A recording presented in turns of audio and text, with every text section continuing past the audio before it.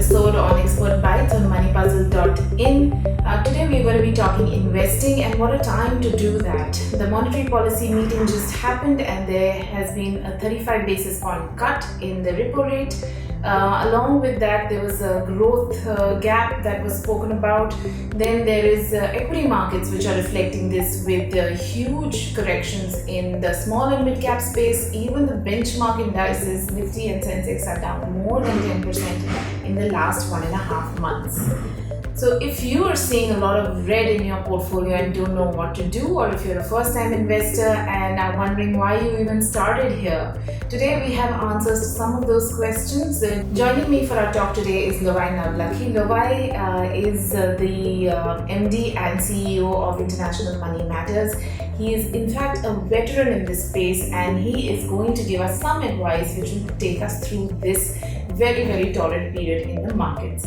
Hi Lovaii. Thank you so much. So, as I was saying, so there's a lot of activity happening in the markets, be it equity, be it bond defaults, be it the whole economic commentary. In these times, investors also want to have a lot of activity in their portfolios, because perhaps the perception is that activity will turn those red marks into, green shoots or something. But in times like this, how active should an investor be, or how inactive should an investor be with their portfolio? I think the more important question is, what did they understand before investing? Did they understand the risk? Did they know the time horizon of investing? Yeah. And I think unfortunately today's investor and the information that's available, I can happily look up websites and find out what was the best return in the last 1 year. Yes. And I put money there. Yes, and we've been hearing a lot of cases of 1 year return investments now switching to long-term income funds, because that's where the 1 year return looks great. Yeah. So I think that's the problem in the first place. So I don't think too much activity is good. I studied probability, and it tells me that if my probability of success in one sort of decision is 80%, right. If I take two decisions, it drops to 64, and third drops down to 50 odd. Right. So if I do more transactions, my probability of being right is lesser. Down. Yeah. So that's what statistics and probability tells me, unless I'm an astrologer and I get it 100% right all the time. So I don't think this is a time to do activity, but again, it's a time to review.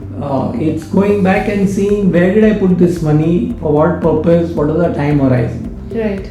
So if I have invested in a small cap fund and I know small cap cycles are 5 to 7 years, then I have to wait 5 to 7 years. Just that when I chose that particular sector or fund, I should have looked at the last 5 to 7 year performance and not 1 year performance, which is what we are all used to doing. Yeah. So soon, we will have people putting money in debt funds and then gold. And so if you think about it, if the markets are down, and in the past that after down markets there will be up markets, right? Yeah. It's not never one way. It's a cycle. Yeah.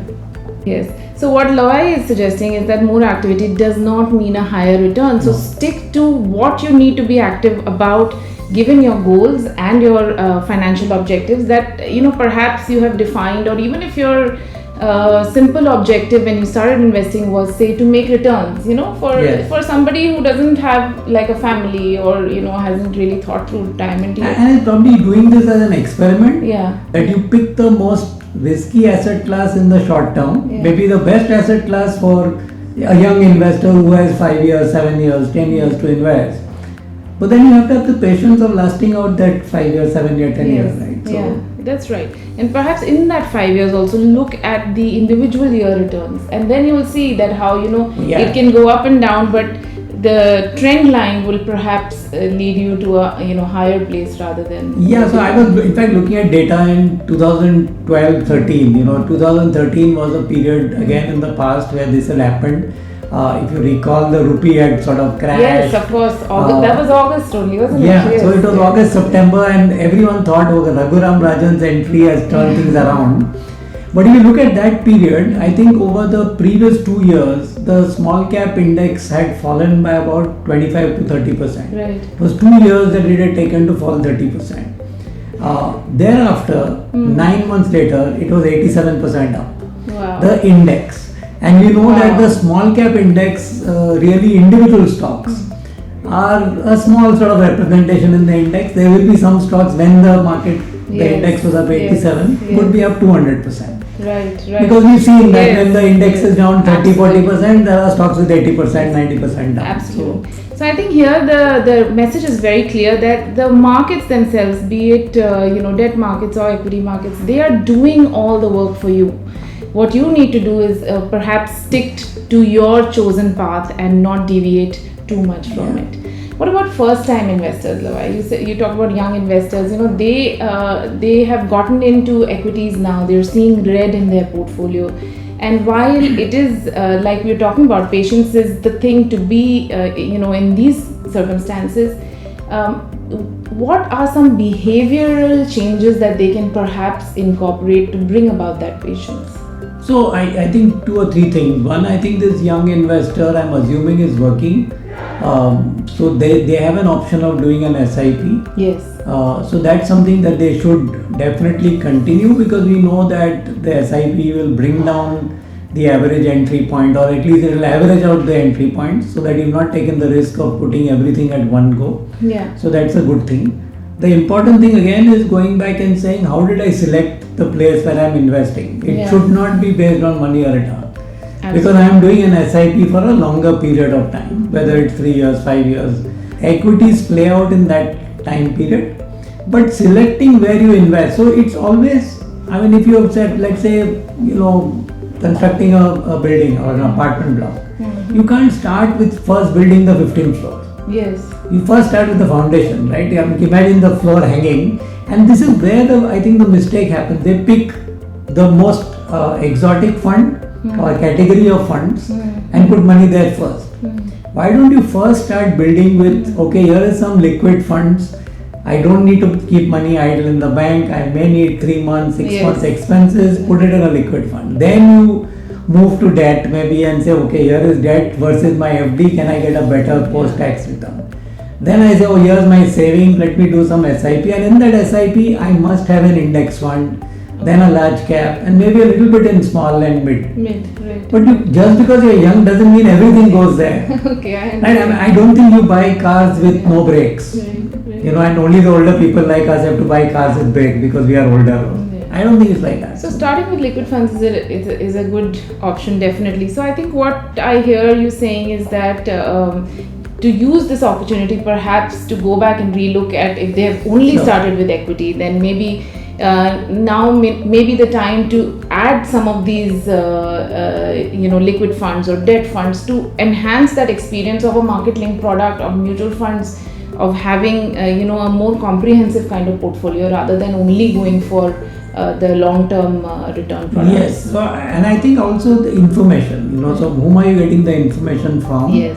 Quality matters, because there are so many funds out there. So just picking on the basis of 1 year return, like you were saying, that's not doing your homework. That's taking the easy way out, I think. And you can't get away from doing your homework. I think it sometimes feels like the difficult way in, the easy way out. Yeah, but you realize that only in hindsight, of unfortunately. course. So if you're realizing that you have taken, like Lovaii says, the difficult way in by choosing a fund only on the basis of 1 year return, then have a relook. Take this time to relook your portfolio and perhaps take some of those first steps if you didn't already. If you took all those first steps, then we go back to our previous answer saying that inactivity from the investor is better than too much activity. Last thing I want to talk to you about, given the kind of correction that we have seen in the equity markets, should investors then dive in more into the equity space, or if they have been resisting investing in equity because of the correction, should they continue to do that?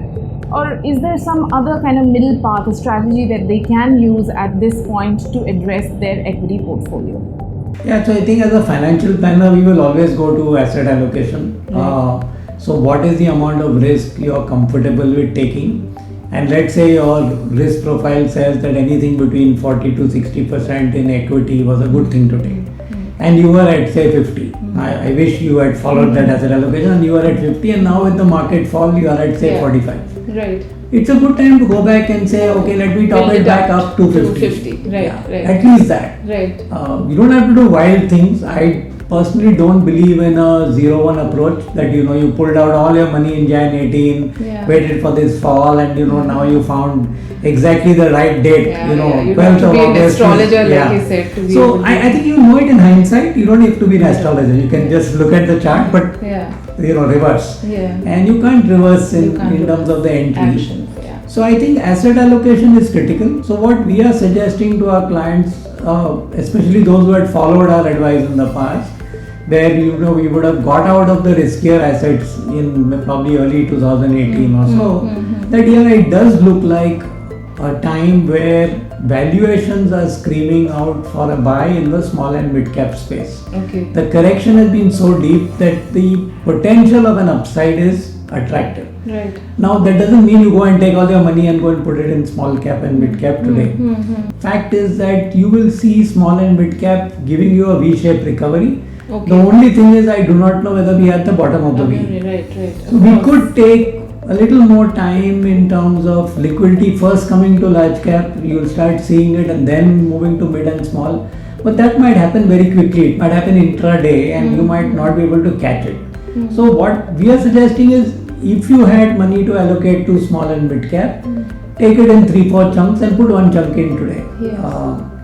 And look at it, and maybe next week put a little more, and so and so forth. And over the course of maybe the next 4, 6, 8 weeks, you can put in everything depending on your experience in the market. Markets really are forebearers of the economy.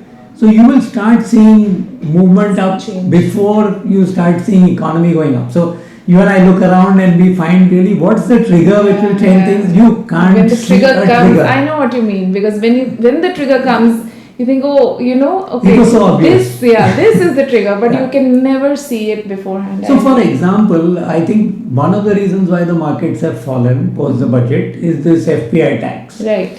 Apart from whatever is global issues that are Yes, going yes. on. But I think just a simple thing that if the government was to do and say, okay, FPI tax we are fixing, you will suddenly see a sentiment change. And given you're the not valuations, realizing maybe, you're not realizing the impact of that. And that may be one of the reasons the FIs are negative at the Right, moment. right. But if they bring their money in, Then and you things might will be again see the different. rupee sort of stabilizing. So a Yeah. lot of signals there. Yeah. Too many things to worry about. I think you should just worry about your asset allocation and goals. Yeah. And I think you will get there. Okay.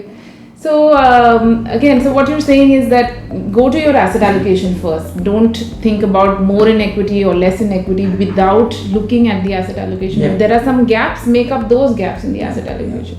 And without the power of hindsight, we don't know when the recovery is going to happen or Right. when the markets are going to start giving positive returns. And hence, if you have that surplus to invest, then stagger it out. Yeah. And invest in bits at a time. You don't have to rush into anything. Yeah, and I think one very important message for investors is that whatever I'm saying is may not be relevant for you. It may be relevant for the other guy who's listening, Okay. or the other girl who's listening. So I think you have to go back and look at your stuff. Yes. So I mean, I keep telling people in my team and others whom I meet that sometimes I meet 2 clients back to back on the same day, same circumstances in the marketplace, but I'm telling one person, no, please add to equity, and the other I'm saying, please reduce equity, because the situations that they are in is different. The position, the experience, how much they've already put, how much they require and what time frame is different. That doesn't mean my advice is haphazard, but I think that's a warning to people who watch television and everything and say, oh yeah, this is meant for everyone like me. I think what you're saying that what you should do depends on your circumstances. Absolutely. But what you shouldn't do is perhaps rush into things Yes. and look at only returns to do that rushing in. And I think that's very sound advice. Thank you very much, Lovaii. Thanks. So there you have it. Don't be in a rush to start your investments. Yes, equity markets have corrected a lot and valuations look good, but it doesn't give you the green flag to go and start investing everything in equity. Be mindful of your asset allocation. Be mindful that you cannot chase returns. 1 year return is not by any chance a factor for you to invest in a fund or a stock. or a type of fund for that matter. So be mindful of these things. Your behavior is what is going to dictate your return ultimately in your portfolio, and hence keep track of that more than the returns on a particular fund or stock. Thanks, Lovaii, for joining us. You've been very helpful. Thank you very much for logging in. Do leave me your comments on where your portfolio is today and whether you are worried about anything within your portfolio and what you might want to do with it. Do keep logging on to moneypuzzle.in for all your personal finance queries. Thank you.